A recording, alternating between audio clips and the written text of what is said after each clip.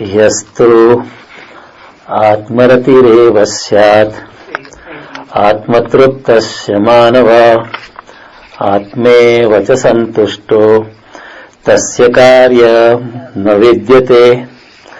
भगवान कहते हैं जो इंसान अपने आत्मा में ही रमण करता है, आत्मरतिरेव स्यात्, आत्मतृप्तस्य मानव, जो अपने आत्मा से ही संतुष्ट है, आत्मन्येव च संतुष्टो तस्य कार्य न विद्यते, उसके लिए कोई कार्य शेष नहीं है। आमतौर पर हमें भगवान कहेंगे आपको हमेशा कर्म में निरंतर कर्मरत रहना चाहिए और निष्काम कर्मरत रहना चाहिए।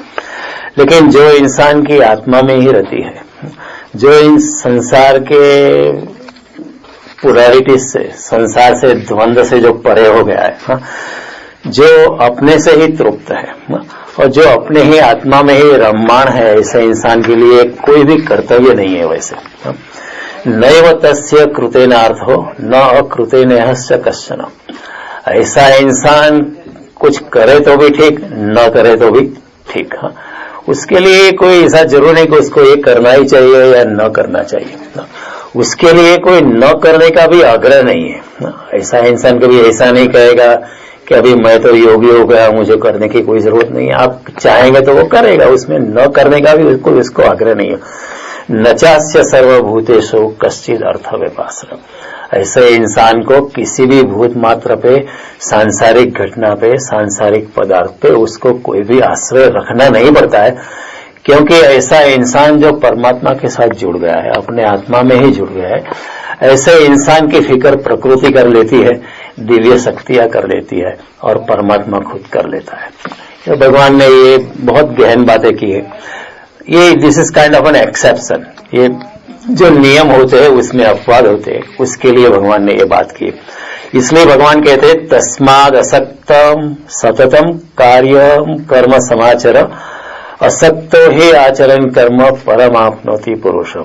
भगवान कहते हैं इसलिए हे अर्जुन, तू निरंतर आसक्ति से रहित करता होकर सदा कर्तव्य कर्म को भली भांति कर, समाचार यानी ठीक तरह से, है ना, विथ टोटल एंथुजियाज्म।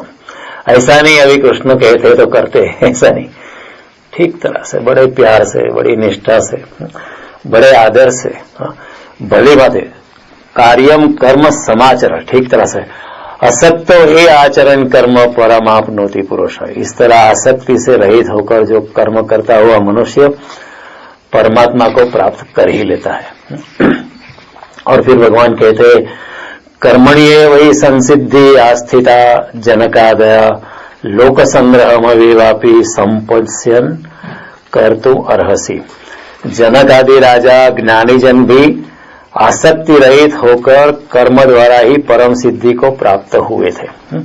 इसलिए और लोक संग्रह को देखते हुए, लोक संग्रह यानी लोक कल्याण को देखते हुए भी तू कर्म करने को ही योग्य है, अर्थात तुझे कर्म करना ही उचित है, तुझे निरंतर कर्म करना चाहिए।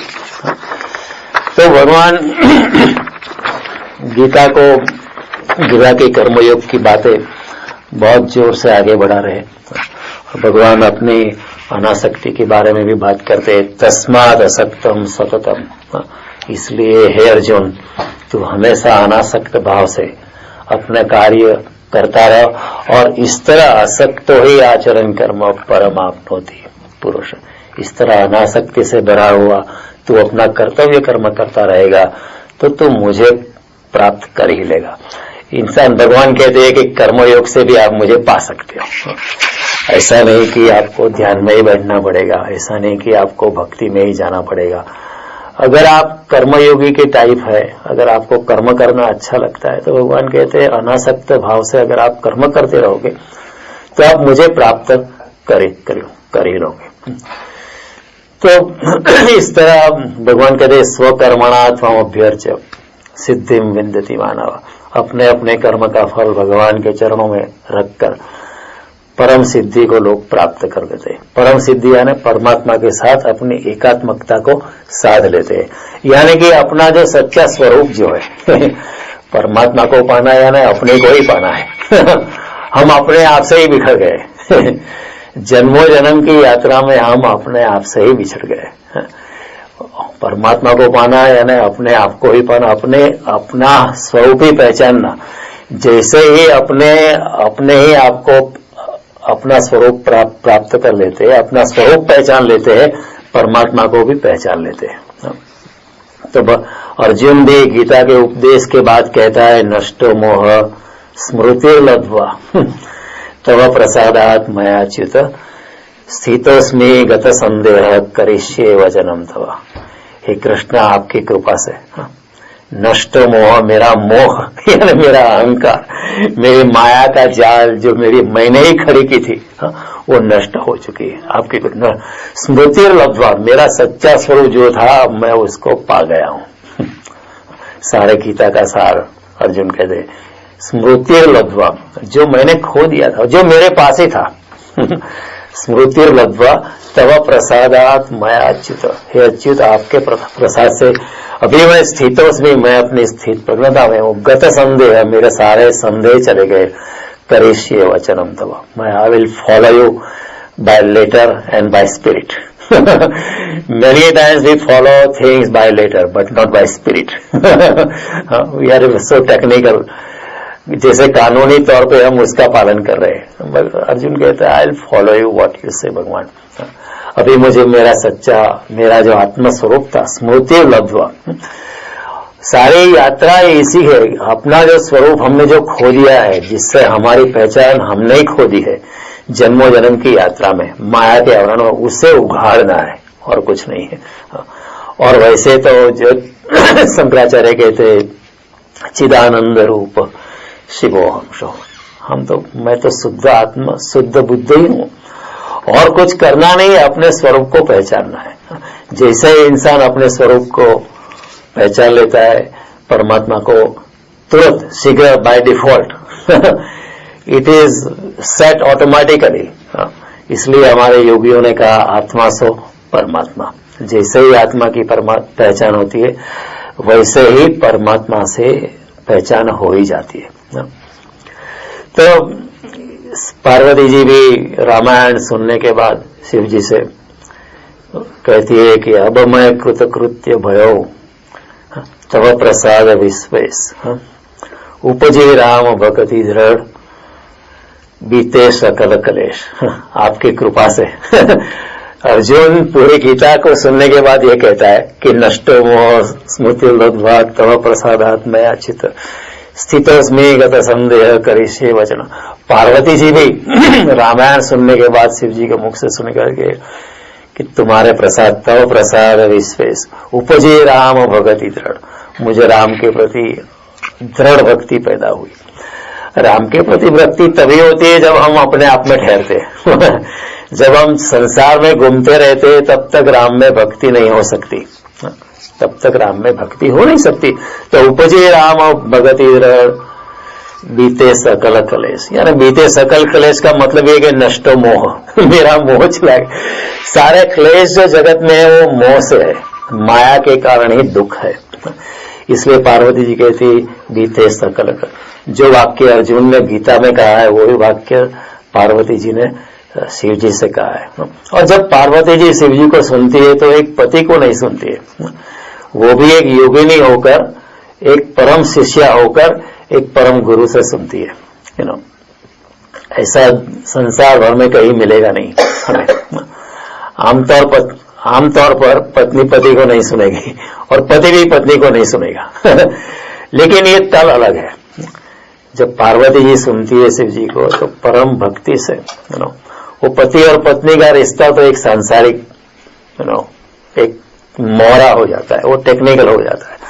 लेकिन वो लोग पति पत्नी के रिश्ते से आगे बढ़कर एक ऐसी अवस्था में, ऐसी चेतना के तल पर कि कोई एक गुरु शिष्या से बात कर रहा है, इसी तरह बात करते हैं। तो ये सब बातें भगवान कहते हैं कि जो अपने आत्मा में ही रति करता है, जिसकी चेतना का तल बदल गया है, उसको वो कुछ करे या ना करे उसको कोई भी फर्क नहीं पड़ता है। तो मैंने आपको कई बार कृष्ण की बताया, कृष्ण वस्त्र हरण भी कर सकते हैं, वस्त्र पूरण भी कर सकते हैं। कृष्ण कह सकते हैं कि मैं युद्ध में लड़ने वाला नहीं हूं, और फिर भी कृष्ण पहिया उठा के भीष्म पितामह के पीछे भाग सकते हैं। हम कहेंगे ये तो झूठ क्यों बोला, लेकिन जो परम अवस्था में है उसके लिए न कुछ झूठ है न कुछ सच है। और ये जो हमारा लौकिक सत्य है, कोर्ट में सच्चा बोला या झूठ बोला, उसके साथ परम सत्य को कोई लेना देना नहीं। परम सत्य की तो वही है जो आपको अंदर से अनुभूति है, उसका नाम है परम सत्य। तो कृष्ण कर सकते हैं।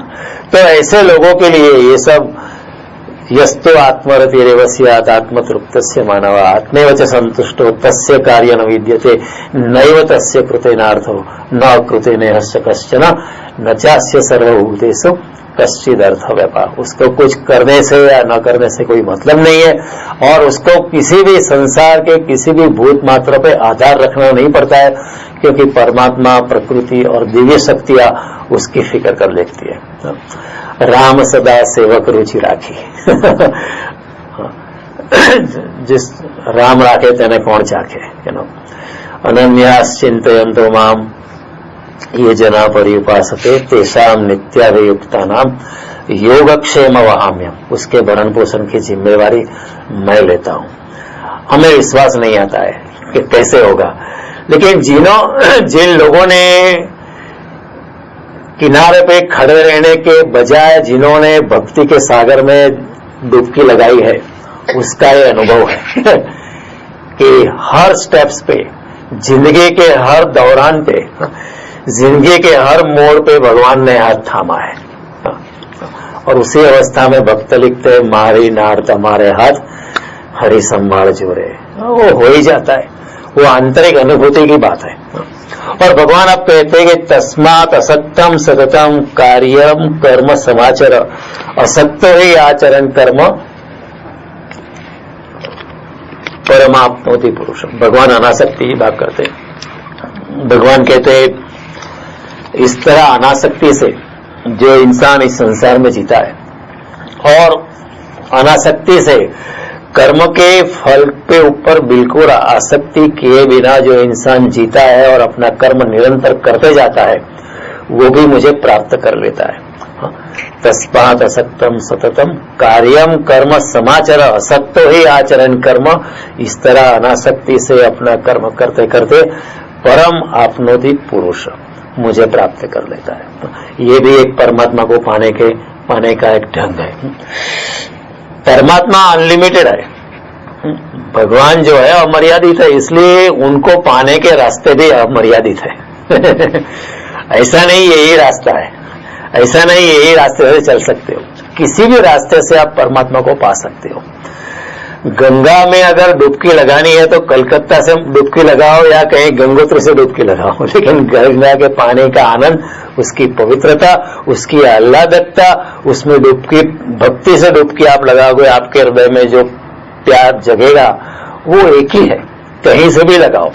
और नर्मदा में भी डुबकी लगाओ, लेकिन गंगा में ही डुबकी लगाओ, ऐसा मानकर भी डुबकी लगाओ तो भी आपको उसका, आप गंगा के साथ एकात्मकता साध ही लेते हो।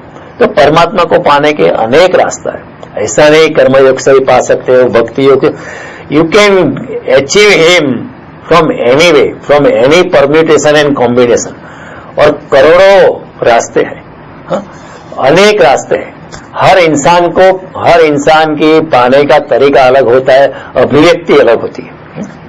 मीरा ने भी पा लिया, लेकिन मीरा के पाने के बाद परमात्मा की अभिव्यक्ति अलग है। बुद्ध ने पा लिया, लेकिन बुद्ध की अभिव्यक्ति, परमात्मा को पाने के बाद बुद्ध की अभिव्यक्ति अलग है।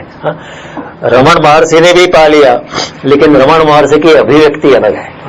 सब इंसान की अभिव्यक्ति। मीरा नाच उठती है, बुद्ध मौन में और ध्यान में चले जाते हैं, रमण महर्षि ऐसे ही बैठे रहते हैं और अपनी जो पवित्रता है, अपनी जो दिव्यता है, वो अपने शरीर से, अपनी आंखों से विकर्णित करते रहते हैं। ही रेडिएट्स ऑल ओवर।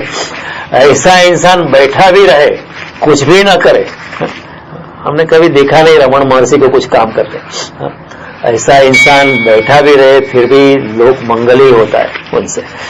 तो ये भगवान कहते हैं अनासक्ति से। अनासक्ति जो है बड़ा विजातीय शब्द है हमारे लिए, it's a very foreign word. हम कहते हैं हम जानते हैं, लेकिन हम नॉर्मली आसक्ति तो जानते हैं या विरक्ति को जानते हैं, या तो हम त्याग को जानते हैं या भोग को जानते हैं। लेकिन अनासक्त का जो मध्य बिंदु है, न आसक्ति न विरक्ति, न ये संसार इसे योग्य है कि इसे भोगो, न ये संसार इसे योग्य है कि उसको घृणा करो या उससे भागो। अपना मध्य बिंदु जो बनाए रखता है, न आसक्ति न विरक्ति, न खींचा जाता है न उसका द्वेष करता है, दोनों में वो परे रहता है, ऐसा इंसान जो है कृष्ण कहते हैं वो अनासक्त भाव में। लेकिन अनासक्त शब्द मैंने जैसे कहा बड़ा फॉरेन वर्ड है हमारे लिए। आमतौर पर हम लोग चीजों से, घटनाओं से, व्यक्तियों से या तो हम अट्रैक्ट होते हैं या रिपल्स होते हैं या तो हम खींचते हैं वस्तुओं के प्रति, व्यक्तियों के प्रति, धन के प्रति, मान के प्रति, या हम उससे विकर्षित होते हैं या उससे हम भागते हैं।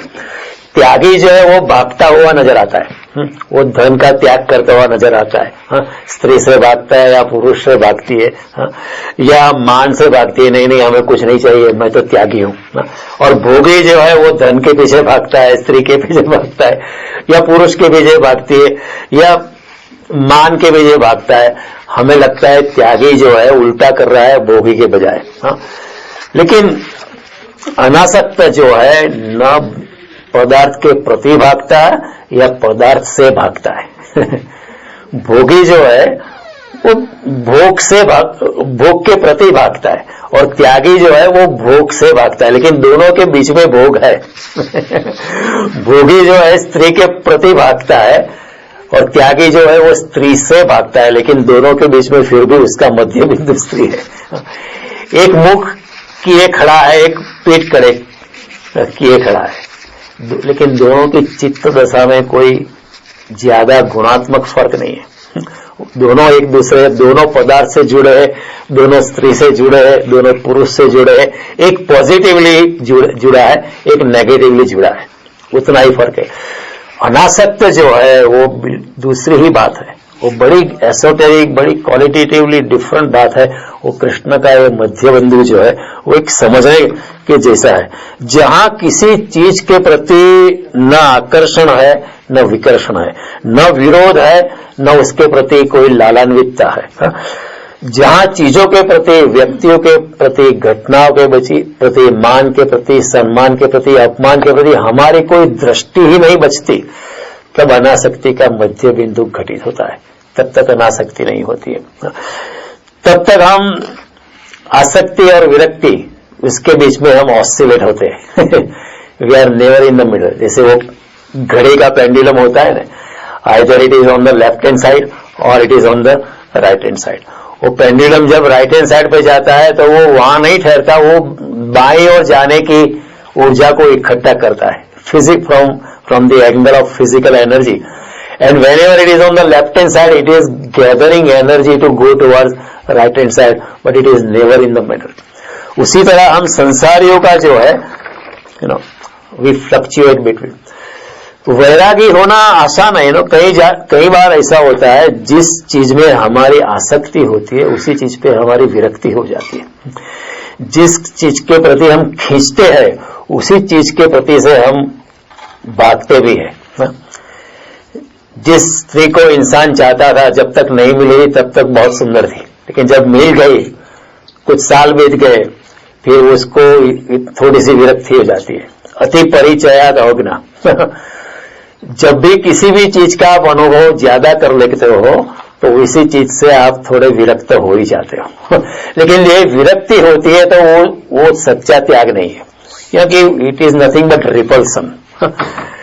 पहले हम खींचे जा रहे थे, हम उससे भाग रहे हैं और कुछ नहीं before we are attract to it, now we are repulse to it. उसके बीच में कोई मौलिक भेद नहीं है। पहले जब अमेरिका हमको आना था, हम कितना सोचते थे अमेरिका को, जब वीजा मिला अमेरिका के बारे में तब इतना सोच कब चले दिन रात हम अमेरिका की सोचते थे, और अभी आ ही गए, इतने साल बीत गए तो हम भारत की सोचते हैं। जो चीज हमें खींचती थी वही चीज हमें थोड़ा रिपल्स भी करती है, और हम कहते हैं अभी मरना है तो भारत में मरना है तो यहाँ किस लिए आए आप? ऐसा हो जाता है। जिस मकान को आप चाहते थे उसी से भी रिपल्सन हो जाता है इवेंचुअली। जिस गाड़ी को चाहते थे, जिस गाड़ी के प्रति इतना पागल हो जाते थे कि ये मेरी लेक्सस है, मैं बाय करने वाला हूं, भी आ गई 1 महीना 2 महीना 1 साल, उसके बाद उससे आप अति परिचय अवज्ञा हो ही जाती है। तो विरक्ति बड़ी आसान है, एक ये मनोवैज्ञानिक प्रक्रिया है। लेकिन विरक्ति से हमारे लोगों का ये दिमाग में ख्याल बस गया कि देखो मैं कितना त्यागी हूं, कुछ नहीं हुआ है। कृष्ण की अनासक्ति, कृष्ण जो अनासक्ति की बात करते हैं वो घटित नहीं हुई।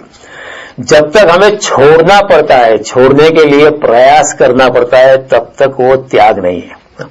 जब चीजें अपने आप छूट जाए, जब इंसान भोग के रसायन को समझकर भोग से मुक्त हो जाए, जब हमारी चेतना का आंतरिक तल बदल जाए, तभी इंसान अनासक्ति में प्रवेश कर सकता है। तब तक ये he will fluctuate, he will oscillate between the two extreme, कभी आसक्ति, कभी विरक्ति, कभी त्याग, कभी भोग।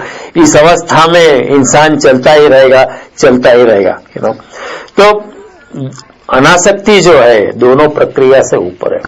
इट इज ट्रांसेंडेंटल टू आसक्ति और विरक्ति, दोनों से पार कर जाता है ये मध्य बिंदु।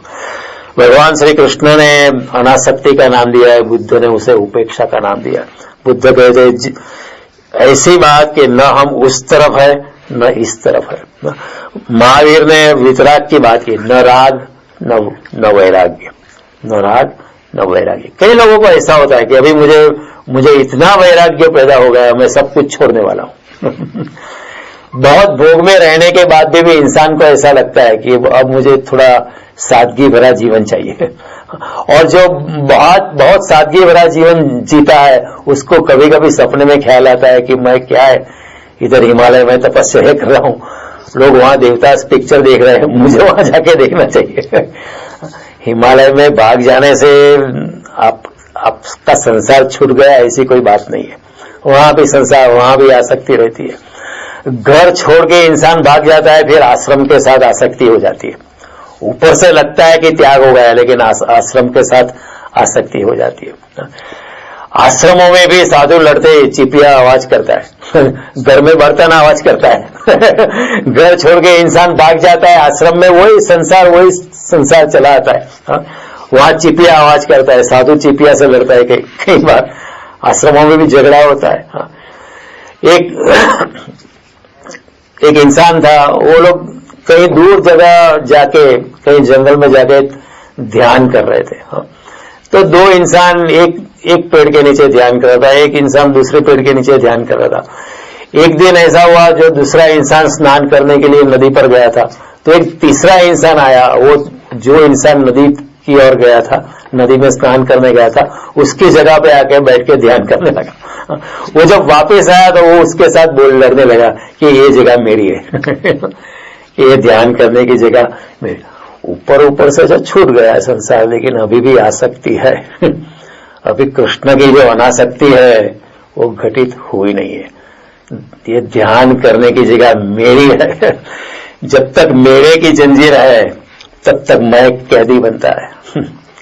जब तक मेरा है, मेरा घर, मेरी पत्नी, मेरा पति, मेरे बालक, मेरा बैंक बैलेंस, मेरी जॉब, मेरा क्वालिफिकेशन, तब तक ये मेरे का विस्तार मेरी जंजीर बनती है और मुझको कैदी बनाती है।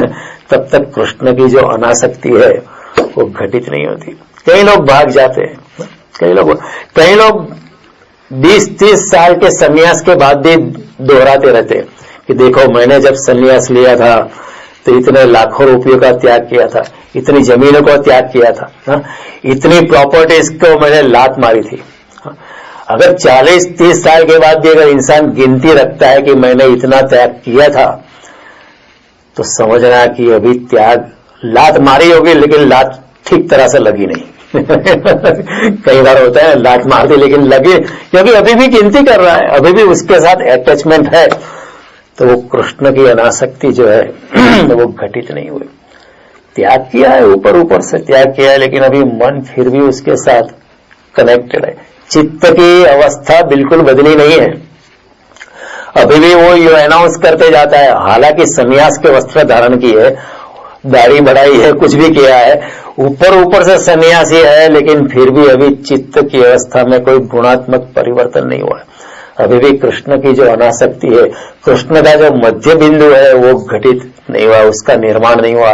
तो इसलिए हमारे खास करके भारत में जहां हमने त्याग की बड़ी प्रगाढ़ धारणा बनाई, लोग त्याग करके चले जाते हैं, लेकिन फिर भी कृष्ण की अनासक्ति को, बुद्ध की उपेक्षा को, महावीर की वितराग को पा नहीं पाते, क्योंकि ये बड़ा डेलिकेट बिंदु है, बड़ा मध्य बिंदु है। लोग समझ ही नहीं पाते। लोग समझते हमने इतना त्याग किया इसलिए मैं वैरागी हूं या मैं वितरागी हूं, मैं इतना मैं त्याग करके बैठा हूं, अभी परमात्मा को मिल ही जाना चाहिए। परमात्मा तुम्हारे त्याग के बैलेंस से नहीं मिलता है। ऐसा नहीं कि आप इतना त्याग करोगे तो परमात्मा मिल ही जाएगा। तभी तो कोई गरीब छोटा सा त्याग करे तो उसको तो परमात्मा मिलेगा ही नहीं। समझो कोई मिलियनर $1 मिलियन छोड़ता है, वो कहेगा मैंने $1 मिलियन छोड़ा है, तो फिर कोई गरीब इंसान 1 पैसा छोड़ेगा, उसको तो परमात्मा मिलेगा ही नहीं। ऐसी बात नहीं है। छोड़ने से सवाल नहीं है, अपने आप छूट जाने का सवाल है। अनासक्त व्यक्ति, कर्मयोगी इंसान जो अपने आत्मा में स्थित रखता है, अपनी स्थित प्रज्ञता में जो बैठा है, वो इंसान अपने आप छूट जाता है, उसको पता भी नहीं चलता है कि मेरा ये छूट गया। ऐसा इंसान कृष्ण की अनासक्ति में, बुद्ध की उपेक्षा में, महावीर की वितरागता में प्रवेश कर सकता है। कृष्ण ने वैसे यह अनासक्ति शब्द का प्रयोग कर रहे, कृष्ण ने भी उपेक्षा शब्द का इस्तेमाल गीता में किया है। उदासीनो असक्तम तेषु कर्मसु। और कृष्ण ने भी, महावीर ने जो वितराग शब्द का इस्तेमाल किया, कृष्ण ने वो भी किया है। वितराग भय क्रोध स्थित धीर मुनि रुच्यते। कृष्ण जहां है वहां पूरे है।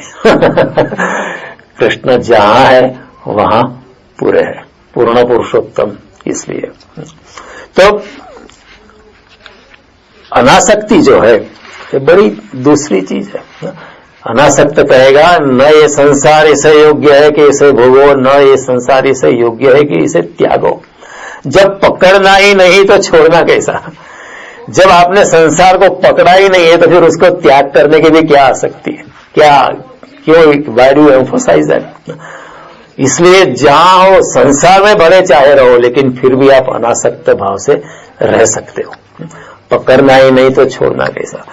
न स्त्री से योग्य है कि आप उसके पीछे लालान्वित हो, न स्त्री से योग्य है कि आप उसको घृणा करो। हमने कई साधु देखे होंगे, मैं स्त्री से घृणा करता हूं। जब स्त्री का विचार मेरे मन में आता है तो एक सन्यासी ने, मैं उस पर थूकता हूं। क्यों इसलिए स्त्री से घृणा करने का कोई? जब आप स्त्री से घृणा करते हो, इसका मतलब है आपके चैतन्य में आप स्त्री के साथ जुड़े हुए ही हो। You are connected, negatively connected. अब पीठ किए खड़े हो, कोई भोगी सीधा कनेक्टेड है, आप शीर्षासन किए खड़े हो, लेकिन एक ही बात है, जो सन्यासी जबरदस्ती स्त्री को छोड़ता है, उसके दिमाग में स्त्री के विचार हमेशा चलते ही रहेंगे। नींद में वो आत्ममैथुन में चला जाता है, गोज इनटू ऑटो इरोटिक्स। उसको ज्यादा परेशान करते स्त्री के ख्याल। एक दो शिष्य थे एक गुरु के, एक वृद्ध था, एक युवा था। एक बार वो लोग शाम को एक नदी के किनारे आ पहुंचे। नदी में पूरी बाढ़ थी और जल्दी से सूर्यास्त होने वाला था। तो पहले वो बूढ़ा शिष्य निकला आगे से, तो एक युवती वहां खड़ी थी। तो युवती ने कहा कि अभी ये नदी में काफी पानी है, जोर से पानी बह रहा है, मुझे तैरना नहीं आता है, आप मुझे थोड़ी सहायता करें, क्योंकि मैं तैरना नहीं जानती हूँ और मेरी हाइट भी छोटी है। आप अगर मेरा हाथ पग थामे तो हम नदी के पार मुझे पहुंचा दे। तो बूढ़े योगी ने कहा नहीं, मैं तो स्त्री को हाथ नहीं लगाता हूं। मैं स्त्री के सांप को देखता भी नहीं हूं। उसने मुंह फेर दिया, चलने लगा। पीछे एक युवान शिष्य था, उसके पास वो पीछे आ रहा था। तो युवती ने उसके साथ विनती की कि आप मुझे सहायता करें।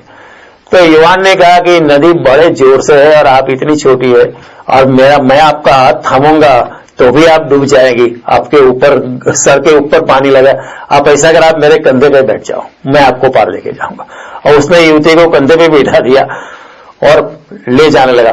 वो जो वृद्ध शिष्य था वो पीछे मुड़ मुड़ के देखने लगा कि ये उसने क्या किया है। गुरु ने कहा स्त्री को हाथ नहीं लगाने का, और ये तो स्त्री को कंधे पे बिठा के चलता है। पूरे दिलो दिमाग में जो वृद्ध शिष्य था वो देखता नहीं था बार बार मुड़ मुड़ के, लेकिन फिर भी उसके दिमाग में यही ख्याल चलता रहा कि वो स्त्री को कंधे पे उठाए चल रहा है और मैं ऐसा चल रहा हूं। वो स्त्री को कंधे पे, स्त्री के विचार से, हालांकि उसने ना बोल दी, हालांकि उसने स्त्री के साथ संपर्क भी नहीं किया, स्त्री के साथ अपने हाथ से कोई संपर्क नहीं किया, लेकिन फिर भी उसके दिलो दिमाग में वो स्त्री, वो युवती छा गई। और इधर जो युवक है वो अपनी अनासक्त अवस्था में, अपनी मस्ती में, अपनी चेतना के दूसरे तल पर, अपनी फकीर की मौज में, क्या बात है, किसी युवक को बिठाओ या युवती को बिठाओ, उसको कोई फर्क नहीं पड़ता है। जो अपने आत्मा में ठहरा है उसके लिए न कोई स्त्री है न कोई पुरुष है, सभी परमात्मा की देन है, सभी परमात्मा के स्वरूप है, सभी आत्म स्वरूप है। तो उसने नदी के पार जाके स्त्री को उतार दी। जब वो बूढ़े इनका इंसान के पास आया तो बूढ़े ने कहा मैं गुरु को बता दूंगा तूने ये मर्यादा का बंद किया है, स्त्री को why did you touch her. तो युवान ने कहा कि मैंने तो युवती को नदी के किनारे उतार के छोड़ा है, लेकिन लगता है आप भी अभी भी उसको कंधे पे बिठाए चल रहे हो। ये कृष्ण का अनासक्ति जो भावना है उसको समझना मुश्किल है। ऊपर से हमें लगेगा जिसने त्याग किया है वो अनासक्त है, ऐसा नहीं है।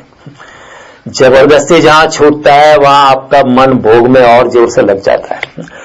इसलिए जिस दिन हम उपवास करते हैं, अगर जबरदस्ती उपवास किया है तो रात को हम 56 भोग के लिए इनवाइट हो जाते हैं। जिस दिन श्रावण महीने में हमने जबरदस्ती ब्रह्मचर्य का पालन किया, उस दिन सपने में रात को अप्सरा खड़ी हो जाती है। मन डायलेक्टिकल है, मन जो है परिपूर्ति खोजता है। जब तक मन परिपूर्ति खोजता है तब तक कृष्ण की अनासक्ति घटित नहीं हुई है। कृष्ण की उपेक्षा, बुद्ध की वितरागता और महावीर स्वामी की वितरागता खड़ी नहीं हुई, उपस्थित नहीं हुई। बुद्ध एक दिन रात को, पूर्णिमा की रात थी, बुद्ध अपना ध्यान में बैठे थे और फिर उनकी आंख भी खुली थी। और उसी रात को पहले कुछ मन चले युवक, जिसे हम खानदान नबीरा कहते हैं हमारी भाषा में, किसी वेश्या को लेके जंगल की ओर बढ़े थे उससे पहले। और फिर इतने शराब में चूर थे युवक, तो उस युवती ने सोचा कि ये तो पागल नवयुवक है, कहीं मुझे मार ही न डाले, ये बड़े पागल और नशे में मदहोश है, शायद लोग मुझे मार ही डालेंगे। तो वो युवती ने जब युवक नशे में चूर थे तो युवती भाग गई मौका पाके कि इससे भाग जाना ही अच्छा है। और वो भाग के वो बुद्ध दोराहे पे बैठा था, वहां से ही भागना था, तो वो वहां से निकली और भाग गई। फिर जब वो युवक होश में आए और युवती को ढूंढने लगे तो उन्होंने देखा कि युवती तो है नहीं, तो वो लोग युवती का पीछा करने लगे और फिर वही स्थान पे है जहां बुद्ध बैठे थे, वहां दूर आए थे, इधर यहां जा सकते हैं या वहां जा सकते हैं। तो उन्होंने बुद्ध से पूछा कि आपने किसी सुंदर स्त्री को यहां से जाते हुए देखा है? बुद्ध ने कहा कोई गया है जरूर, लेकिन स्त्री है या पुरुष मुझे मालूम नहीं है। तो युवक ने कहा कैसे इंसान हो, कैसे पुरुष हो, इतनी सुंदर स्त्री जाती है, आपको पता नहीं है कि स्त्री है या पुरुष है? बुद्ध ने कहा जब तक स्त्री और पुरुष में भेद करने वाला पुरुष मेरे आत्मा में बैठा था तब तक मुझे पता चलता था कि ये स्त्री है या पुरुष है, लेकिन अब में वो पुरुष मौजूद ही नहीं है। अब जब मेरी आत्मा में स्थिति है, जब मेरी चेतना का तल बदल गया है, तब मुझे दिमाग में एक ख्याल ही नहीं आता है कि ये पुरुष है या स्त्री है, जस्ट व्यक्ति है, ऐसा ही ख्याल आता है। बुद्ध ने कहा क्यों ढूंढते हो उस युवती को, खुद को ढूंढो। अपने आप को ढूंढो, आत्मदीपो भव, ये बुद्ध का फाइनल वर्ड्स ऑफ बुद्ध है, आत्मदीपो, अपने लिए अपना खुद चिराग बनो। बुद्ध ने कहा अपने आप को ढूंढा, उस युवती को ढूंढने की जगह अपने आप को खोजो। लेकिन उन युवकों ने सुना नहीं होगा कि जिसका मन संसार से भोगों से रचा हुआ है वो बात नहीं सुन सकते। हम वही सुनते हैं जो हम सुनना चाहते हैं, हम वही सुनते हैं जो हम सुन सकते हैं, हम वही देखते हैं जो हम देखना चाहते हैं, हम वही देखते हैं जो हम देख सकते हैं। बुद्ध ने बात बताई लेकिन युवक सुन नहीं पाए। हम होते हम भी नहीं सुन पाते, क्योंकि हमारा दिमाग और जगह बुद्धि की बात ही हम नमस्त पढ़ते, और कभी पता भी चलता है लेकिन फिर हम इग्नोर भी करते हैं। जान के भी अनजान बने सब, कौन किसे समझाए। जान के भी हम अनजान बनते हैं ना, जान के भी अनजान बने सब, कौन किसे समझाए। लुटेरा लूटे हर अंगनाई, समय से कौन बड़ा मेरे भाई। समय बहुत बड़ा है। काल क्रीडति गच्छति आयु, तदपि न मुंचति आशा वायु। शिशिर वसंत पुनरावायु। इंसान की उम्र चली जाती है और मनुष्य जन्म ऐसा ही हाथ से निकल जाता है, लेकिन कोई सुनता नहीं है। तो कृष्ण की जो अनासक्ति का बिंदु है वो बड़ा डिफरेंट पॉइंट है। आसक्त भी काम करता है, विरक्त भी काम करता है। आसक्त एक दिशा में काम करता है, धन के पीछे भागता है, पद के पीछे भागता है, स्त्री के पीछे भागता है, मान के पीछे भागता है। विरक्त जो है उससे उल्टी दिशा में भागता है। वो कहता है हमने छोड़ा है, हम नहीं भागते। दोनों की काम करने की दिशा अलग है, लेकिन दोनों के चित्त की दशा में कोई फर्क नहीं है। गुणात्मक कोई फर्क नहीं है। अनासक्त जो है उसके काम करने का ढंग बिल्कुल अलग होता है। जो कृष्ण की अनासक्ति में ठहरा है उसके काम करने की, उसके चित्त की क्वालिटेटिव अवस्था, उसके काम करने की गुणात्मक शैली कुछ अलग ही होती है। न उसे आसक्ति है न उसे विरक्ति है, बस काम करना है, अनासक्त भाव से करना है, करते जाना है। फल की आशा बिल्कुल है ही नहीं, रखनी भी नहीं है। जो भी परमात्मा ने मुझे शक्ति दी है वो शक्ति से कार्य करते जाओ, और शक्ति के जो कर्म से जो भी फल निपजता है वो परमात्मा के चरणों में रखते जाओ। ये तब प्रवृत्तिर्भूतानाम येन सर्वमिदं ततम स्वकर्मणात्मभ्यर्च सिद्धिं विन्दति मानव। जिसके हिसाब से भूत मात्र कर्म में प्रवृत्त होते, जिसकी ऊर्जा से भूत मात्र कर्म में प्रवृत्त होते, ऐसे जो सर्वव्यापी परमात्मा है, ये तब प्रवृत्तिर्भूतानाम येन सर्वमिदं ततः, जो चारों ओर व्याप्त है, स्वकर्मणा, उसको अपने कर्म के फल अर्पित करके इंसान सिद्धि को प्राप्त कर लेता है। कृष्ण बार बार कहते हैं अब मुझे पालोगे। इधर भी कहते परम आपनोति पुरुष, वो तीसरे अध्याय में कहते। 18वें अध्याय में फिर से वही बात को दोहराते। यत प्रवृत्तिर्भूतानाम येन सर्वमिदं ततः स्वकर्मणात्मभ्यर्च सिद्धिं विन्दति मानव। अब मुझे पा ही लोगे। कृष्ण की करुणा है, बार बार अनेक रास्ते हमें बताते हैं, अथक प्रयत्न करते हैं कृष्ण अर्जुन के साथ और आने वाली मनुष्यता के लिए अर्जुन के माध्यम से कि आप मुझे पालो, किसी भी तरह आप मुझे पा सकते हो। तो अनासक्त जो है बिल्कुल अलग है उसकी शैली, बिल्कुल उसकी बात अलग है। दोनों की विरक्त की काम करने की दिशा विपरीत मालूम पड़ती है, आसक्त की काम करने की दिशा विपरीत मालूम पड़ती है, लेकिन वो फिर भी एक दूसरे से जुड़े हुए हैं, एक दूसरे से उनको लगाव होता है। भोगी और त्यागी में मौलिक भेद नहीं है। जो जबरदस्ती छोड़ता है और जो जबरदस्ती भोगों के अपनी बाय स्वीट वोल्यूशन, अपनी इच्छा से भोगों के प्रति पीछे भागता है, या जो जबरदस्ती छोड़ता है लोगों को बताने के लिए या अपने आप को बताने के देखो मैं कितना त्यागी हो गया हूं, वो अनासक्त नहीं है। दोनों अनासक्त नहीं है। ऊपर से जरूर छोड़ा है लेकिन फिर भी कुछ भी छूटा नहीं। फिर भी उनसे कुछ भी छूटा नहीं है, वो फिर भी एक दूसरे से जुड़े हुए हैं। मैंने आपको ये बात बताई थी अगली बार, थोड़ा सा फिर से दोहरा दूं कि एक संत थे, वैसे अच्छे इंसान थे, उन्होंने एक बड़ा अपने ही भजन का निर्माण किया था, अपने ही भजन का एक रचना की थी। और भजन के शब्द थे कि मुझे आपके धनवानों के बंगलों में या सिंहासनों में या महलों में कोई रस नहीं, मुझे तो मेरी झोपड़े की धूली प्यारी है। ऐसा भजन लिखा था और शिष्यों के सामने गया, बड़ा प्यारा भजन था, शिष्यों के सर हिलने लगे। लेकिन कोई वहां जागरूक इंसान बैठा था। आमतौर पर कोई जागरूक होता नहीं। मंदिरों में, मस्जिदों में, चर्चों में, गुरुद्वारों में लोग जाते हैं लेकिन सब सोए हुए होते। लोग सुनते नहीं है, लोग वक्त घड़ी देखते हैं प्रसाद का वक्त हुआ है नहीं, कौन सुनता है? पंडित जी कहते हैं लेकिन कोई सुनता नहीं आरती होती है लेकिन आरती में अपना दिमाग नहीं होता है। जल्दी से घड़ी की और हमारा, जब हम प्रार्थना भी करते हैं तो प्रार्थना करते करते टू डू लिस्ट बनाते हैं, अभी ये काम करना बाकी है, ये काम करना बाकी है, ये काम करना बाकी है। प्रार्थना में भी हम पूरे नहीं होते।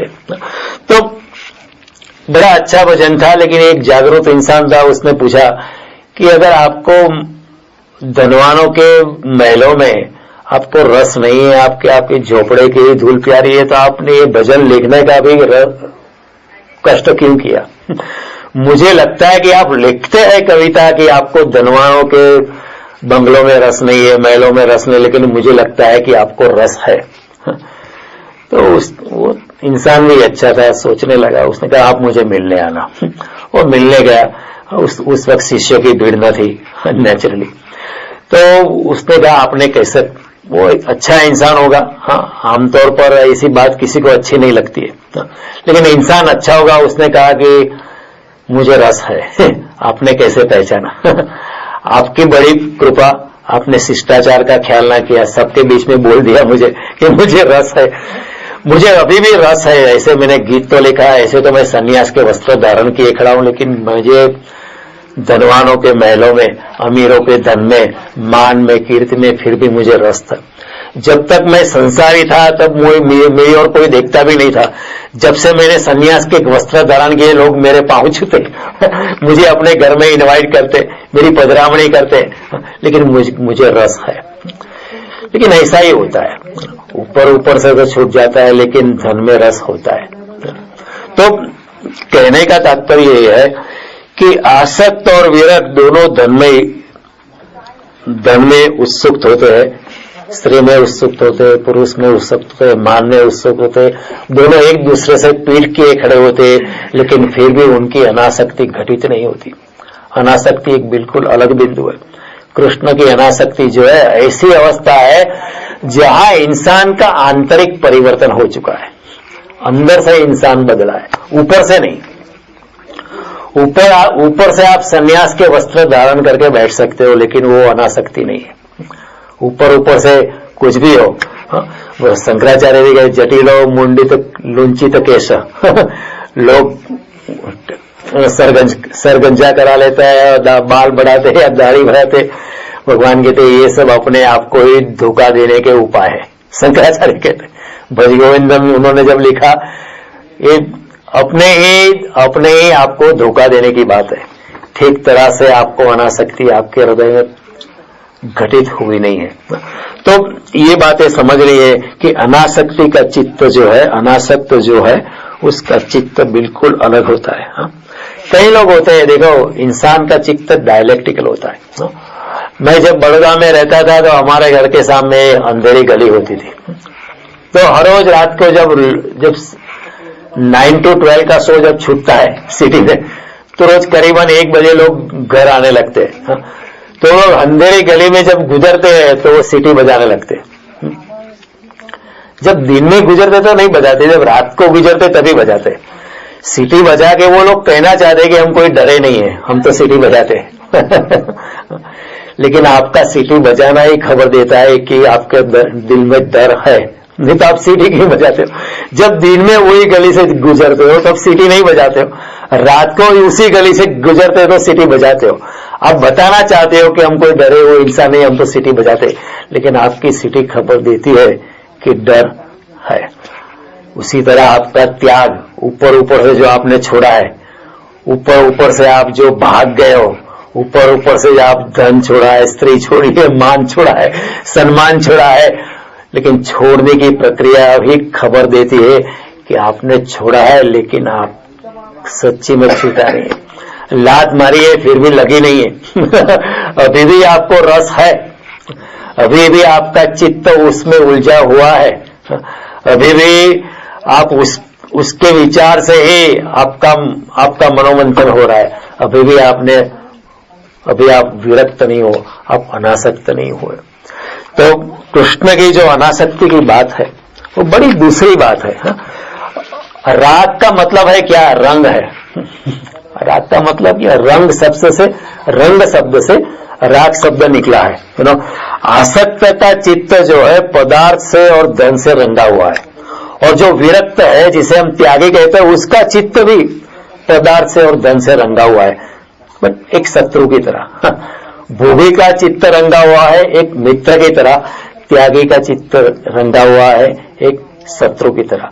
एक का पॉजिटिवली, दूसरा नेगेटिवली। एक का विधेयात्मक दृष्टिकोण है, दूसरा निषेधात्मक दृष्टिकोण है, लेकिन चित्त की अवस्था में कुछ भी फर्क नहीं। तो इस तरह अगर ठीक तरह से कोई समझे तो कृष्ण की अनासक्ति घटित होती है। तभी जो कृष्ण मूर्ति कहते हैं चॉइसलेस अवेयरनेस, न इसको चुनता हूं न इसको चुनता हूं, न त्याग को चुनता हूं न भोग को चुनता हूं। लेकिन चुनने का सवाल ही नहीं, अपने आप त्याग हो जाता है। फिर ऐसे योगी की अवस्था में ऐसा नहीं कि उसको त्याग करना पड़ता है।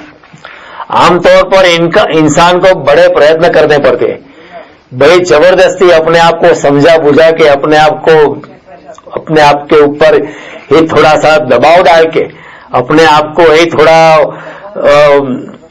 अपने आप पर आत्महिंसा करके वो भोग से दूर जाता है। हाँ? लेकिन योगी अपनी चेतना का तल बदल लेता है, अपनी चेतना का तल ही आयाम ही बदल जाता है, उसका ढंग, उसकी शैली, उसका अंदाज बदल जाता है, तो भोग और सुख, दुख, हानि, लाभ, जीवन, मरण, यश, अपयश, शुभ, अशुभ, मोक्ष, बंधन सभी अपने आप छूट आ जाते हैं, छूटने लगते हैं। उसी को शंकराचार्य न बंधु न मित्र गुरु नहीं व शिष्य, न धर्मो न चार्थो न कामो न मोक्ष। काम भी नहीं है, मोक्ष भी नहीं है। हमको आश्चर्य लगेगा मोक्ष भी नहीं। भगवान कहते शुभाशुभ परित्यागी भक्तिमान में प्रियो न, 12वें अध्याय में हम सोचेंगे शुभ भी नहीं, शुभ तो करना चाहिए, शुभ करो, लेकिन शुभ के साथ भी अगर आसक्ति रखी तो वो भी एक तरह का बंधन हो जाता है। फिर ऐसा हो जाता है मैंने इतने शुभ काम किए।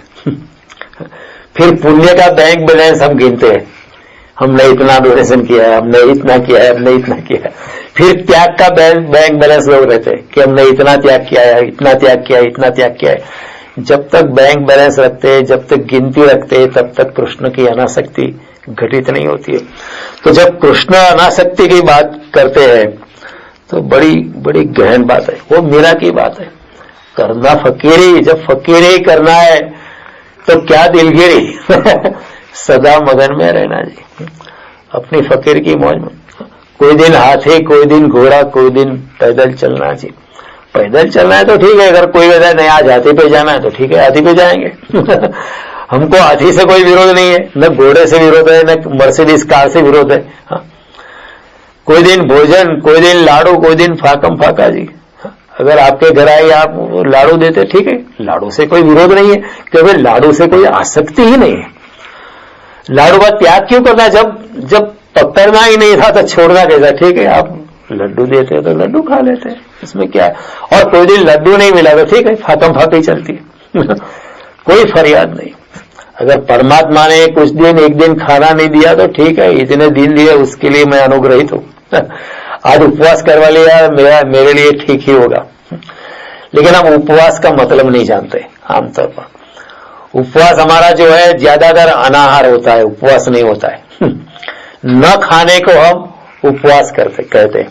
उपवास का मतलब है ऊपर बैठना। एक दिन अपने संसार के माया जाल छोड़ के, अपना किचन बंद करके क्या बनाना, क्या पकाना, क्या खाना, वो सब संसार की रोजिंदी दैनंदिन कार्य छोड़ के ऊपर वास करने का है, आध्यात्म में डुबकी लगाना है। क्यों? क्योंकि जब हम ज्यादा खाते हैं, रोज हमारी ज्यादा खाने की आदत होती है, इंसान की ये नॉर्मल टेंडेंसी होती है, थोड़ा सा ज्यादा खा ही लेते हैं हम लोग। हाँ?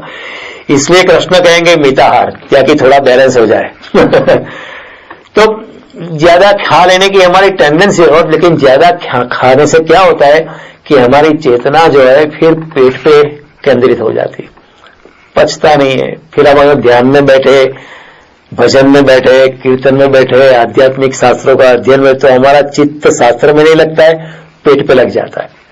और जब बिल्कुल अनाहार करते, बिल्कुल ही नहीं खाते, तब भी चित्त हमारा जो है वो भूख पे केंद्रित हो जाता है, पेट पे केंद्रित हो जाता है कि कुछ खाया नहीं है, कुछ खाया। तो कृष्ण कहे थोड़ा सा अल्पाहार करो और फिर मुझ में अपना ध्यान केंद्रित, उसको उपवास करते उसको हम कहते हैं उपवास। लेकिन उपवास के दिन हमारा क्वेश्चन होता है कि आज क्या खा सकते हैं उपवास का खाना राजा ग्रानो से हो आज ये 11 से उसमें क्या खा सकते, क्या नहीं खाना चाहिए, ऐसा सवाल नहीं होता है। हाँ, सब मोहल्ले की औरत, बूढ़ी औरत को जाके पूछती है कि काशीबा आज क्या खा सकते हैं, और काशीबा अपना धर्म बताएगी आज 11 ये, इसलिए आप पोटैटो या आलू या स्वीट पोटैटो खा सकती है। सवाल तो ये होना चाहिए कि मैं किस तरह मैं श्रीमद् भागवत में डुबकी लगाऊं, किस तरह रामायण में डुबकी लगाऊं, किस तरह मैं अपने भगवान राम से मैं एकात्मकता को साध पाऊं, किस तरह मैं अपने गुरु के चरणों में खो जाऊं, तो उसका नाम है उपवास। लेकिन हमारा उपवास नहीं होता है और उपवास के बाद अगर मैं 21 दिन का प्लान उपवास करता हूं तो मेरी बीबी पूछेगी मुझे कि 22वें दिन के बाद 22वें दिन पे आप क्या खाओगे, तो मैं उसको लिस्ट बनाऊंगा ये मैं खाऊंगा। उसका मतलब ये है कि उपवास में मेरा चित्त नहीं है। मैं अगर प्लान करता हूं कि उपवास खत्म होएगा तब मैं क्या खाने वाला हूं, तो उपवास मैं चाहे करता हूं, लेकिन उपवास में मेरी स्थिति नहीं है, मेरा चित्त ब्रह्म में जुड़ा नहीं है। ऊपर से तो उपवास हुआ है, लेकिन फिर भी मेरा दिमाग, मेरे चित्त की अवस्था, मेरा चित्त का तल बदला नहीं है और परमात्मा का सानिध्य में मैं बैठा नहीं हूं। तो मेरा उपरवास, जिसको हम उपवास कहते, वो नहीं हुआ। वो थोड़ा सा अनाहार होता है थोड़ा सा खाना शायद कम होता है, लेकिन उपवास नहीं होता है। बहुत गलत मान्यता है हमारे समाज में घुस गई और धर्म का संचालन ऐसे लोगों के हाथ में चला गया जिन्होंने कभी हमारे धर्मशास्त्रों का ठीक तरह से अध्ययन किया नहीं, ठीक तरह से उसको समझे नहीं। अपने आप को दमन करना, उसको ही हमने धर्म मान लिया है। कृष्ण ऐसा नहीं कहते। कृष्ण कहते हैं अगर आप अपने आप को बहुत दमन में ले जाते हो तो आप में बैठे हो मुझ परमात्मा को ही दमन करते हो। कृष्ण गीता में आगे कहेंगे। और कृष्ण कहते हैं युक्ताहार विहारस्य युक्त चेष्टस्य कर्मसु युक्त स्वप्नावबोधस्य योगो भवति दुःख। योग्य प्रमाण में आहार, योग्य प्रमाण में विहार, योग्य प्रमाण में जागृति, योग्य प्रमाण में निद्रा और योग्य प्रमाण में अपना संतुलन जो ऐसा रखता है, ऐसे योगी की योग साधना सरल बनती है। ऐसे योगी की योग साधना सरल और आसान बनती है। लेकिन हमारे दिलो दिमाग में ये छा गया है, अरे मैं तो ये दिन आते हैं, उपवास के दिन आते हैं, श्रावण मास आता है या पर्युषण के दिन आते हैं, मैं तो खाता भी नहीं हूं, पानी भी नहीं पीता हूं, ये भी नहीं करता हूं। ये आत्मिक अवस्था नहीं है। ये ऊपर से आत्मवंचना है, अपने को ही धोखा देना है, अपने को ही आत्मवंचना है। हमारी बुद्धि से ही हम अपने को धोखा देते हैं। वो प्रज्ञा नहीं है वो केवल पांडित्य है, ऊपर का। इस जगत में सीधे और सरल लोग तो सत्य को कभी पा भी लेते हैं, लेकिन कुशल और चालाक लोग कभी नहीं जान पाते अपने ही कुशलता से मारे जाते हैं और जब मृत्यु का वक्त आता है तो उनको पता चलता है कि अपने ही इंटेलिजेंस से, अपने ही स्मार्टनेस से हमने बाजी हार दी कोई मेरा पा लेती है कि कोई बड़ा पंडित मंडन मिश्र शायद नहीं पा पाए कोई बड़ा पंडित जो वेदों को कंठस्थ किए खड़ा है, इतने उपवास करके बैठा है, इतना त्यागी कहलाता है, वो लोग नहीं पा पाए। ऑर्डिनरी मेरा, जिसको लड्डू पे कोई ऐतराज नहीं है नरसिंह मेहता अगर आपको बुलाओ, जो भी आप दो देंगे खाना खा लेंगे। एकनाथ अगर रनिया के घर, उनको रनिया चमार के घर खाने के लिए उनको इन्विटेशन लगा, वो चले गए और रनिया की स्त्री ने बड़े प्यार से उनको अच्छा स्वादिष्ट भोजन करवाया और एकनाथ ने खा भी लिया, उनको कोई ऐतराज नहीं है। बुद्ध को जब आत्मिक अवस्था का ज्ञान हुआ तब उनको पता चला ये तो शरीर को कष्ट देना ठीक नहीं है। फिर आत्मिक अवस्था का बोध होने के बाद जब सुजाता जो किसी योगी को ढूंढ रही थी, उसका व्रत था कि किसी योगी जैसे इंसान को खिलाने के बाद मैं अपना भोजन लूंगी, तो बुद्ध को देखा उसने, और बुद्ध के शरीर से, बुद्ध की आंखों से, बुद्ध के मुखारविंद से जो दिव्यता निखर रही थी, विकर्णित हो रही थी, जो रेडिएट हो रही थी, उसको देखकर उसने बुद्ध को भोग का थाली दी और बुद्ध ने खा लिया। लेकिन बुद्ध के साथ जो अन्य शिष्य थे वो लोग तो बड़े देवर सो एंग्री कि बुद्ध ने किसी स्त्री का खाना खा लिया और स्त्री के साथ बात भी करने लगे, हम जाके गुरु को बता देंगे। लेकिन ये त्याग नहीं है, बुद्ध को कोई ऐतराज नहीं। फिर बुद्ध ने समझ लिया कि ये ज्यादा तपस्या करने से भगवान नहीं है। निरंजना नदी से बुद्ध इतनी कठोर तपस्या से गुजरे 6 साल तक, इतना शरीर उतना निकृष्ट हो गया था, उनके अस्थि, उसकी हड्डी पंजी आप गिन सकते थे, इतना शरीर वीक हो गया था, और बड़े कष्ट से डाली का आधार लेकर निरंजना नदी से निकले। फिर उन्होंने सोचा अभी जो मैंने करना था वो कर दिया, जो भी तपस्या लोग बताते वो कर दी, लेकिन उससे कुछ हुआ नहीं। अभी मुझे आत्मा में रममाण होना है, let me be my self. और उसी रात को बोधि वृक्ष के नीचे उनको ज्ञान हो गया। जब ऊपर की तपस्या छोड़ दी, अपने आप में जब आत्मा की स्थिति में परिवर्तन हो गया, तब बुद्ध भी कृष्ण की अनासक्त अवस्था में आ गए। तो ये बातें बड़ी गहन है, हम समझ नहीं पाते। हमारे समाज की व्याख्या है कुछ अलग हो गई है। आमतौर पर बचपन से माँ बाप ने, शिक्षक ने, so called gurus have instilled wrong ideas into us. लेकिन अगर आप भगवान कृष्ण को ठीक तरह से समझे, गीता में Krishna is very scientific. Krishna ने कभी ऐसा लिखा है गीता में, इस तरह का तिलक करना, इस तरह की माला घुमाना, इस तरह की धोती पहनना, इस पीले रंग का पीतांबर पहना? कृष्ण ने ऐसी कोई बात नहीं। आप जहां हो, जैसे हो, वहीं से आप मुझे पास एक ही बात करना है, जहां हो जैसे। भागना नहीं है, सिर्फ जागना है। आत्मदीपक हो, अपने आप को जगाना है, अपने चेतना के तल को बदलना है। अब जिसको तुमने जीवन जाना था उसको खोली आंख देख लो, तभी क्रांति हो जाती है, इंसान मुड़ने लगता है। जब वाल्मीकि ने देखा कि इस जिंदगी में कोई आनंद नहीं था, तभी परिवर्तन होने लगा। जिसको मैंने जीवन जाना था उसको मैंने खुली आंख देख लिया, ठीक तरह से देख लिया, तभी इंसान मुड़ के takes a sudden flight on to the other side. यहां था, पाप में था, पूरी पुण्यता में वो प्रवेश कर जाता है। और ऐसा होता है, बहुत बार हुआ है, अंगुलीमाल लूटा रखा हुआ है। लेकिन हमारा नहीं होता है, क्योंकि हमारे पांव दोनों जगह होते हैं। थोड़ा सा भोग में भी है, अनासक्ति में भी, इसमें भी, इसमें भी, इसमें भी, इसमें भी है। हमारा पानी जो है वो उबलता नहीं है, वो ल्यूकवार्म रहता है। जब उबलता नहीं है तो भाप नहीं बलता है। तो our state of being is not transforming into the next higher stage.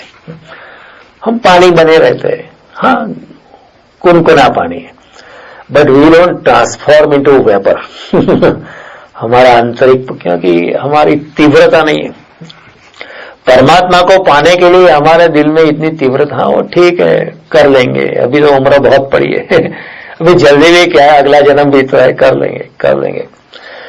लेकिन जो मुमुक्षु है, हमारा स्टेज क्या है, जिज्ञासु जैसा है, जानना है, गीता में क्या है जानना है, रामायण में क्या है जानना है, लोगों को सुनना है, वो जिज्ञासु का स्टेज है ना?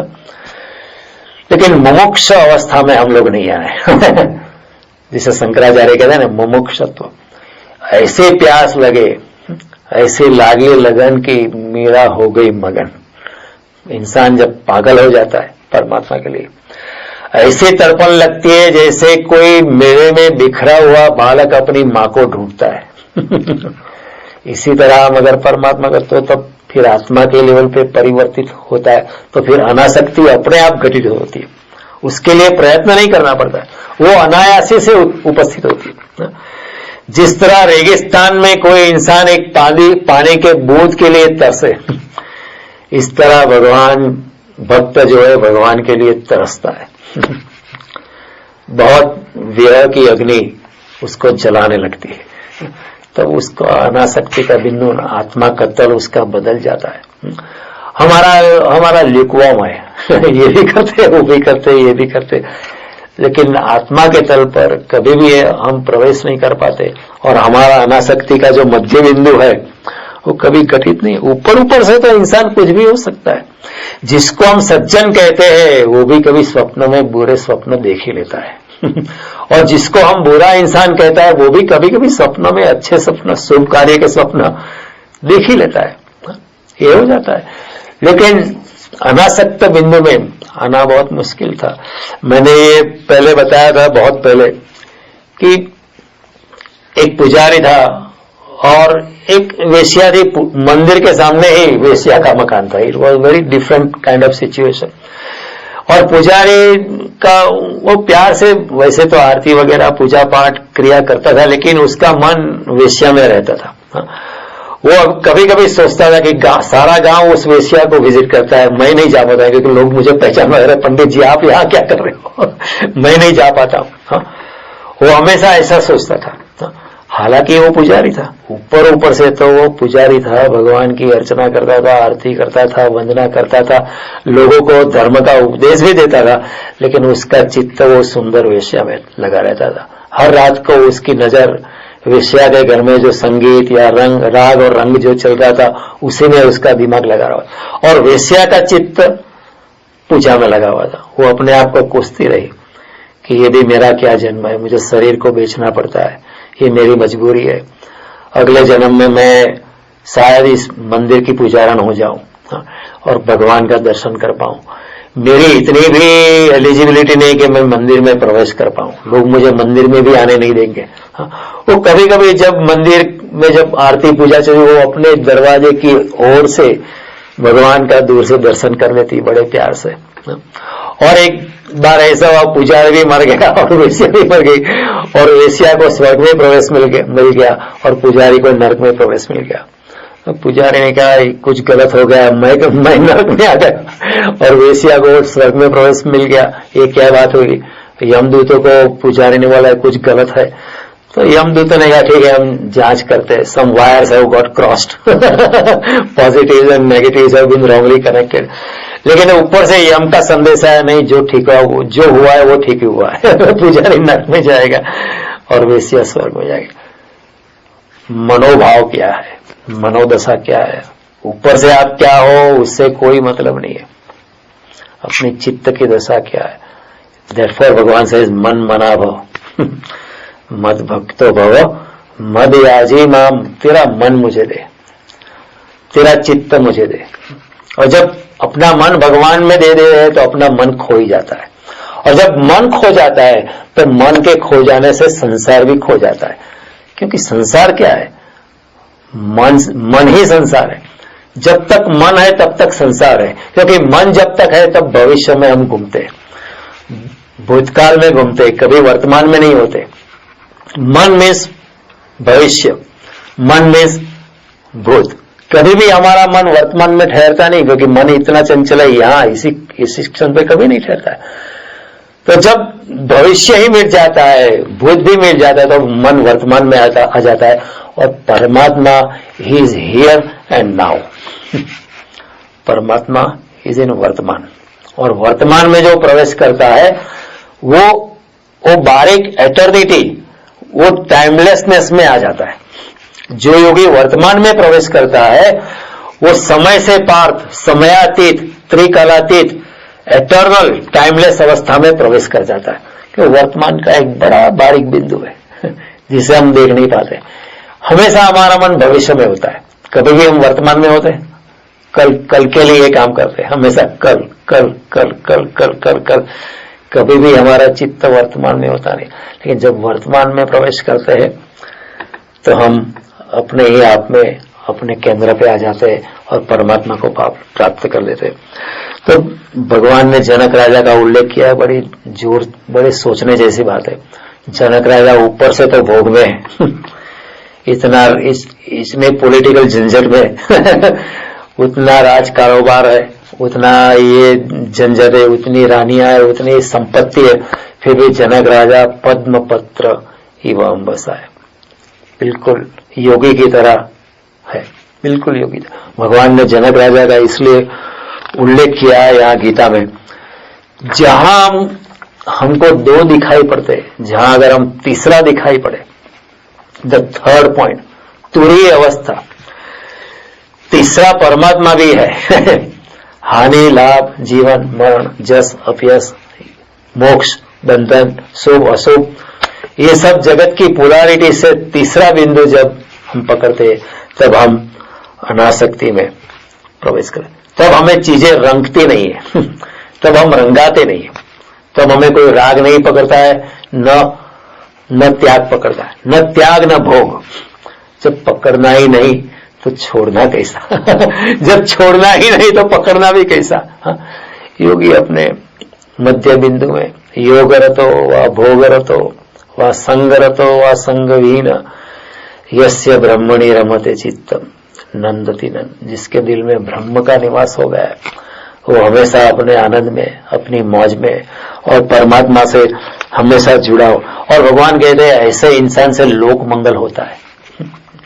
लोक मंगल कैसा? अगर वो कुछ भी ना करे तो भी लोक मंगल होता रहता है। क्यों?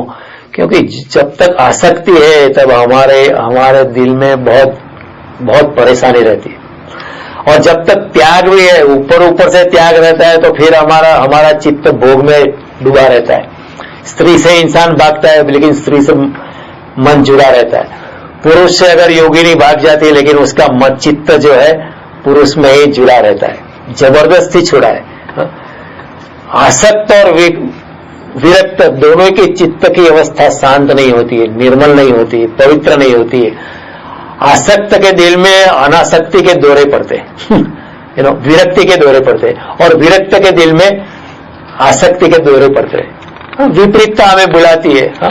स्त्री को छोड़ दिया जिसने, उसको स्त्री जोर से खींचती है, और जो स्त्री के पति भागता है वो स्त्री से कभी भाग भी जाता है। अब मुझे त्रास हो गई, कई बार हम कहते हैं।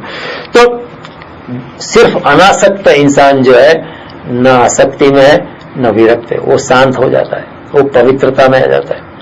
उसके शांत अवस्था में वो तनाव रहित अवस्था में डूबा होता है, तो उससे अनेक पवित्र किरणें विकर्णित होती है। ही radiates with divine energy.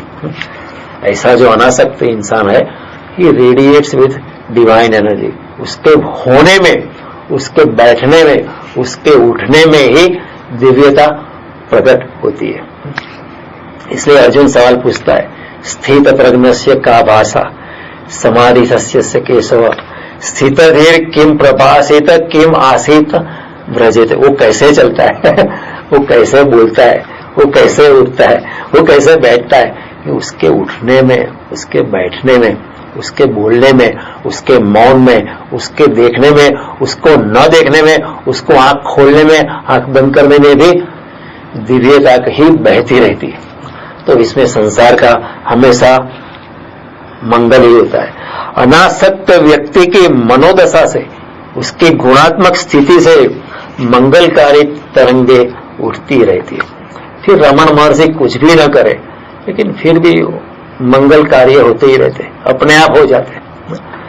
Buddha मौन में भी प्रवेश करे या बोल उठे, कुछ भी करे, बोले या ना बोले, नैव तस्य कृतेनार्थो न अकृतेन हस्य कश्चन। उनका करना भी ठीक है, न करना भी ठीक है, उसको कोई फर्क नहीं।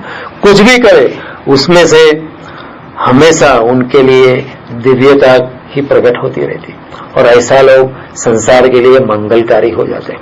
जो इंसान अनासक्ति में है, जो अपने आत्मा में ही रममाण है, आत्मा से ही संतुष्ट है, उनके होने से ही चारों ओर संसार में मंगलता का, पवित्रता का वातावरण अपने आप फैल जाता है। उनकी आंख से भी प्रेम और आनंद चारों ओर व्याप्त हो जाता है।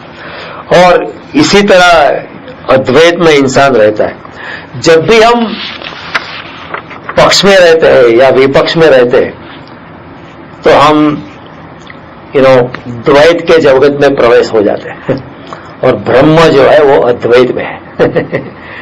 जब भी हम पक्ष लेते हैं या विपक्ष लेते हैं तब हम पक्ष या विपक्ष में चले जाते हैं। तो नरसिंह मेहता लिखते हैं पक्षा पक्षी त्या नहीं परमेश्वर।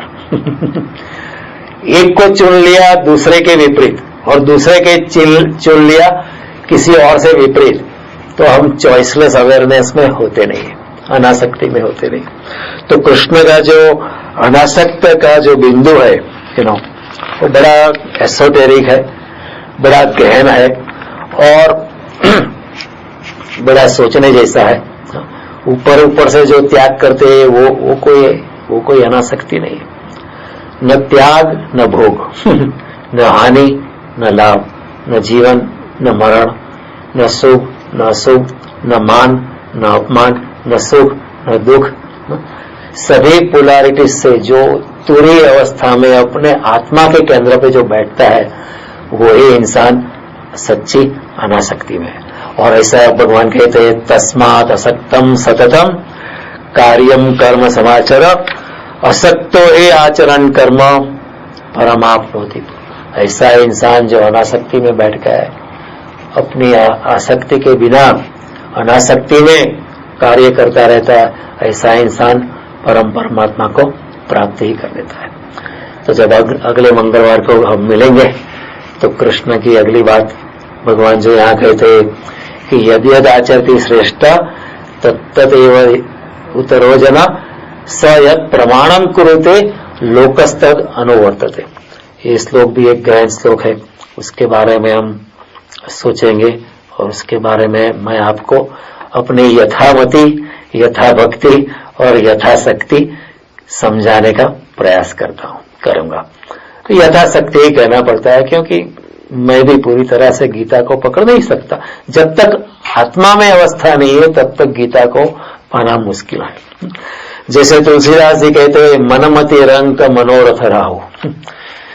जब रामायण लिखने चले तुलसीदास जी तो उन्होंने भगवान से प्रार्थना की कि मेरा मन और मति जो है बहुत रंक है, बहुत गरीब है, बहुत चिटकू सा है, बहुत छोटा सा है, बहुत क्षुद्र सा है। मनमति रंक मनोरथ राहु, लेकिन मेरा जो मनोरथ है बड़ा रॉयल है। क्या मनोरथ है? भगवान राम की कथा का निर्माण करना है, भगवान राम को डिस्क्राइब करना है। ये तो बड़ा रॉयल एस्पिरेशन है, लेकिन मैं इतना गरीब हूं, कैसे हो पाएगा? तो भगवान आप मेरी सहायता करना, आप मेरी सहायता करो ताकि मैं भगवान राम का वर्णन कर पाऊं। तो इसी अवस्था से मैं भी कहता हूं बार बार, मैं भी आपको यथामति, यथा भक्ति, यथाशक्ति ही गीता को समझाता। तुलसीदास ने ये बात कि ये this can not be describe. Gita का वर्णन करना असंभव है, पूरी तरह वर्णन करना असंभव है। श्री राम का वर्णन पूरी तरह करना असंभव है। रामायण को ठीक तरह पूरी तरह समझाना असंभव है क्योंकि शब्दों में वो समाविष्ट नहीं हो सकता है। शब्दों में वो, क्योंकि परमात्मा जो है न, तुलसीदास जी कहते हैं बिना पग चलो ही सुनो ही बिनु काना। ये परमात्मा शक्ति है, पग बिना चलती है, सुनो ही बिनु काना, कान के बिना सुनता रहता है। हाँ? कर बिना कर्म करई विधि नानी, हाथ के बिना सभी कर्म करते हैं भगवान। कर बिना कर्म करई विधि नाना, आनन रहित सकल रस भोगी, जीव के बिना सब रस को भगवान भोगते हैं। बिनु वाणी वक्ता बड़े जोगी, वाणी नहीं है फिर भी भगवान सबसे बड़े वक्ता है। बिनु वाणी वक्ता बड़ा, तनु बिनु परस, शरीर के बिना स्पर्श करते हैं। कभी आपको लगता है परमात्मा ने मुझे स्पर्श किया? शरीर के बिना स्पर्श कर दे। तन बिनु परस नयन बिना देखा, नयन के बिना भगवान देखते हैं। ग्रहे ग्राण बिनु वास अशेषा, अपने कान की इंद्रियों के बिना और अपनी नाक की इंद्रिय के बिना फिर भी भगवान ग्रहण को यानी वास को ग्रहण कर सकते हैं, सुवास को ग्रहण कर सकते हैं। अस सब भांति अलौकिक करणी, इस तरह भगवान की करनी जो है अलौकिक है, लौकिक नहीं है, अलौकिक है। शब्द से परे है, इंद्रियों से परे, बुद्धि से परे है, भाषा से परे। अस सब भांति अलौकिक करणी, महिमा जासो जाई नहीं बरणी। इसकी महिमा का वर्णन मैं कर नहीं सकता हूं। तुलसीदास जैसा ये महाकाव्य लिखने वाला ऐसा अगर कहता है कि महिमा जासु जाई नहीं बरणी, तुलसीदास तो आत्मनिष्ठ थे, आत्मा में उनकी स्थिति थी। वो खुद कहते हैं मैं भी वर्णन नहीं कर सकता हूं, तो फिर एक कलयुग का जयदेव जानी कैसे वर्णन कर पाएगा? आप ही सोचे। इसलिए यथाभक्ति यथामति यथाशक्ति मैं आपको समझाने का प्रयास करता हूं। तो अब नेक्स्ट ट्यूसडे को फिर से हम मिलेंगे और गीता की इस पवित्र यात्रा को हम आगे बढ़ाएंगे। नमस्कार।